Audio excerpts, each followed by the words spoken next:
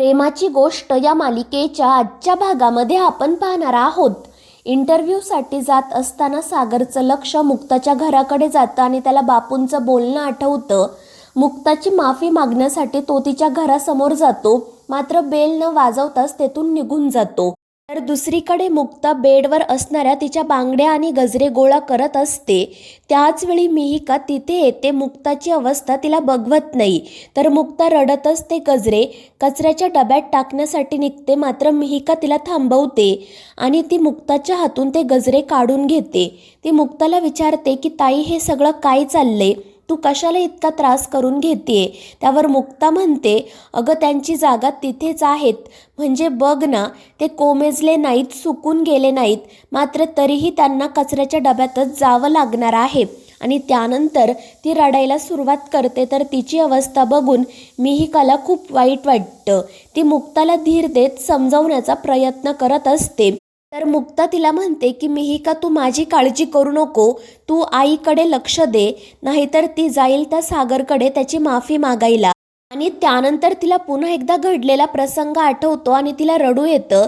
तर मिहिका तिला म्हणत असते की मावशी म्हणते तेच खरं आहे, तुला पुन्हा एकदा तुझ्या चांगुलपणाची किंमत मोजावी लागली. तू कशाला जातेस त्या सागरची मदत करायला? त्याची तेवढी लायकी तरी आहे का गं? मात्र मुक्ता यावर काही बोलत नाही. ती मिहिकाला सांगते की तू आई बाबांकडे लक्ष दे, त्यांच्या औषधाच्या वेळा चुकायला नकोत. आणि त्यानंतर मिहिका माधवीकडे जाते. तर मुक्ता तिची रूम आवरत असते आणि त्याच वेळी तिला तनूचा कॉल येतो. तनू मुक्ताला म्हणत असते की मी एक जर्नलिस्ट आहे आणि आम्हाला असं समजलंय की मिस्टर सागर कोळी यांनी काल तुमच्या विरोधात एक कंप्लेंट केली होती, मात्र ती केसच खोटी होती. आम्हाला याबद्दल तुमच्याशी बोलायचं आहे. मात्र मुक्ता तिला सांगते की मला या विषयावर काही बोलायचं नाही, तुम्ही फोन ठेवू शकता. मात्र तनू खोटं सांगते की आज सागर कोळी आमच्या चॅनेलवर इंटरव्ह्यूसाठी येणार आहेत आणि काल रात्री घडलेल्या प्रसंगाबद्दल सुद्धा ते सांगणार आहेत. त्यावर मुक्ता तिला विचारते की नक्की काय सांगणार आहेत ते. त्यावर ती तनू खोटं सांगते की काल रात्री सागर कोळी यांच्या मुलीचं अपहरण करण्याचा प्रयत्न झाला होता, याचबद्दल ते सांगणार आहेत. आणि ते ऐकून मुक्ताला धक्का बसतो. ती म्हणते, काल रात्री मी या माणसाच्या मुलीचा जीव वाचवला, मात्र त्याला या गोष्टीचं काही घेणं देणं नाहीये, त्याला लोकांची सिंपती हवी आहे. तर आणि मुक्ताचं हे बोलणं ऐकून तनू खुश होते आणि ती अजून मुक्ताला सागरच्या विरोधात भडकवण्याचा प्रयत्न करते. ती मुक्ताला म्हणते की मी तुम्हाला माझ्या चॅनेलचा ॲड्रेस पाठवते, तुम्ही सुद्धा त्या ठिकाणी या आणि सागर कोळी यांचं खरं रूप सगळ्या जगासमोर आणा. आणि त्यासाठी मुक्तासुद्धा तयार होते. त्यामुळे तनू खूपच खुश होते, कारण तिच्या आणि हर्षवर्धनच्या प्लॅनमध्ये आता सागर अडकणार असतो. तर दुसरीकडे सागरला सतत त्या डॉक्टरांचं आणि बापूंचं बोलणं आठवत असतं आणि आपण मुक्ताबद्दल किती चुकीचा विचार करत होतो या गोष्टीची त्याला जाणीव होते. त्याच वेळी प्रतीक त्या ठिकाणी येतो. सागरला बघून तो प्रतीक खूपच खुश होतो आणि उगाच त्याच्यासोबत गोड गोड बोलण्याचा प्रयत्न करत असतो. तर सागर त्याला म्हणतो की मला तुमच्यासोबत एका वेगळ्याच विषयावर बोलायचं आहे. त्यावर प्रतीक म्हणतो की सर, मला माहीत आहे तुम्हाला नक्कीच मुक्ताबद्दल बोलायचं असेल ना, पण माझा खरंच तिच्याशी काहीच संबंध नाही आहे.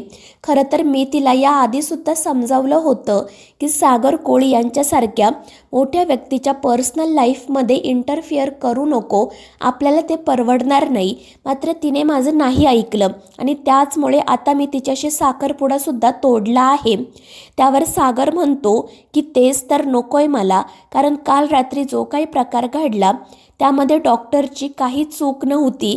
त्यामुळे तुम्ही हा साखरपुडा मोडू नका, तिच्यासोबत आणि तिच्या घरच्यांसोबत बोला. आणि या गोष्टीसाठी प्रतीक लगेच तयारही होतो.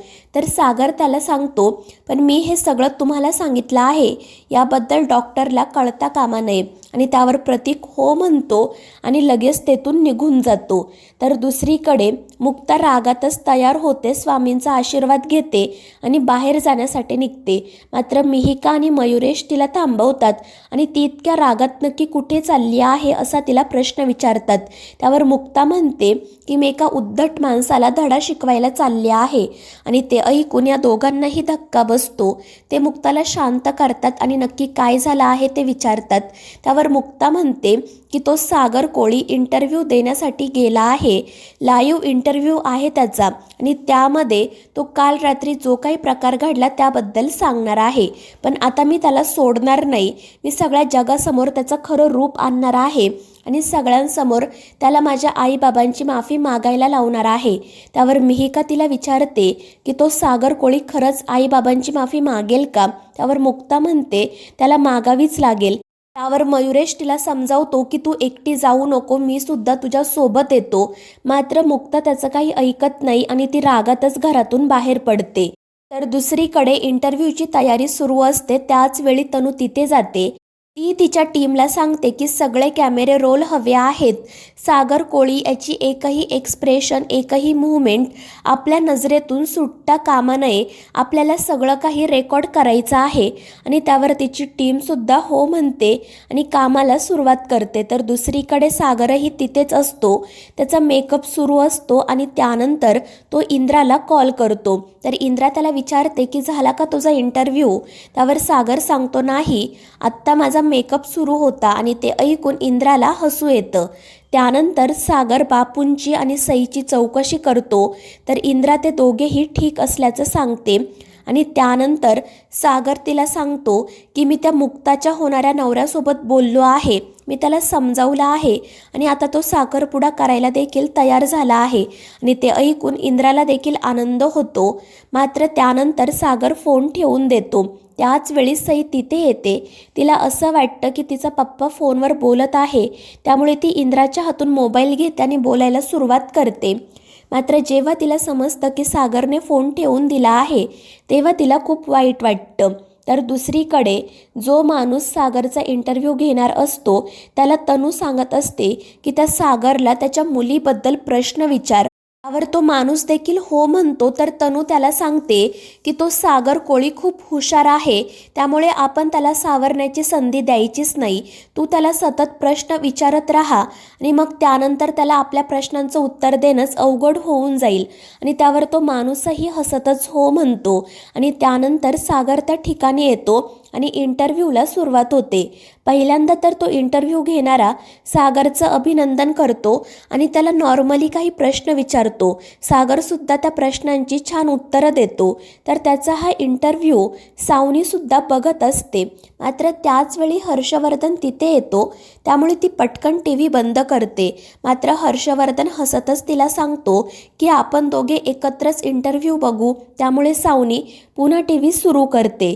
तर दुसरीकडे मुक्तासुद्धा त्या चॅनेलच्या ऑफिसमध्ये आलेली असते आणि वॉचमन ही गोष्ट लगेच तनूला सांगतो. त्यामुळे तनू खुश होते आणि त्याला मुक्ताला आतमध्ये पाठवायला सांगते. आणि त्यानंतर ती इंटरव्ह्यू घेणाऱ्या माणसाला सुद्धा सांगते की आता तू सागरला त्याच्या मुलीबद्दल आणि काल रात्री घडलेल्या प्रसंगाबद्दल विचार. त्याप्रमाणे तो माणूस सागरला विचारतो. मात्र सागर त्याला स्पष्टपणे सांगतो की मला या विषयावर काही बोलायचं नाही आणि मुळात चर्चा करण्यासारखा हा विषय नाही.